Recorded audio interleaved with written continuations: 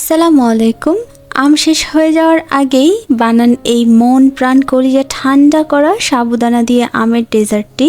এইটা খেতে এত মজার আর বানানো খুবই সহজ। প্রথমে সাগুদানাগুলো সেদ্ধ করে নেব। এর জন্য পর্যাপ্ত পরিমাণ পানিতে 1 কাপ পরিমাণ সাগুদানা দিয়ে দিলাম। এখন আঁচটা একদম বাড়িয়ে দিয়ে এই সাগুদানাগুলোকে 10 মিনিটের জন্য সেদ্ধ করব। সাগুদানা সেদ্ধ হতে 10 মিনিটের মতোই সময় লাগে, তবে একটু কম বেশি হতে পারে। যখন সাগুদানাগুলো এরকম একদম স্বচ্ছ হয়ে যাবে তখন একটা স্ট্রেনারের মধ্যে এই সাগুদানাগুলোকে ঢেলে নিব আর ঠান্ডা পানি দিয়ে অবশ্যই ভালো করে ধুতে হবে যাতে এগুলো ওভারকুক না হয়। এবার একটা ব্লেন্ডার জারের মধ্যে আমি নিয়ে নিচ্ছি 1 কাপ পরিমাণ আম, আধা কাপ পরিমাণ দিয়ে দিচ্ছি কনডেন্স মিল্ক। কনডেন্স মিল্কটা দিলে ডেজার্টটা খেতে খুবই ভালো হয়। এবার এর মধ্যে 1 কাপ পরিমাণ গুঁড়া দুধ দিয়ে দিব।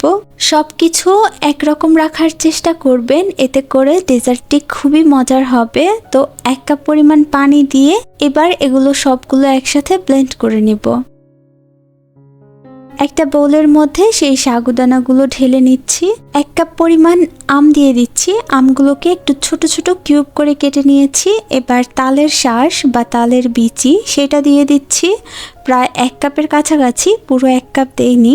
এবার সেই লিকুইড আমরা যে ব্লেন্ড করে নিয়েছি সেগুলো দিয়ে দিচ্ছি। সবগুলো উপকরণ একসাথে খুব ভালো করে মিক্স করে নিচ্ছি।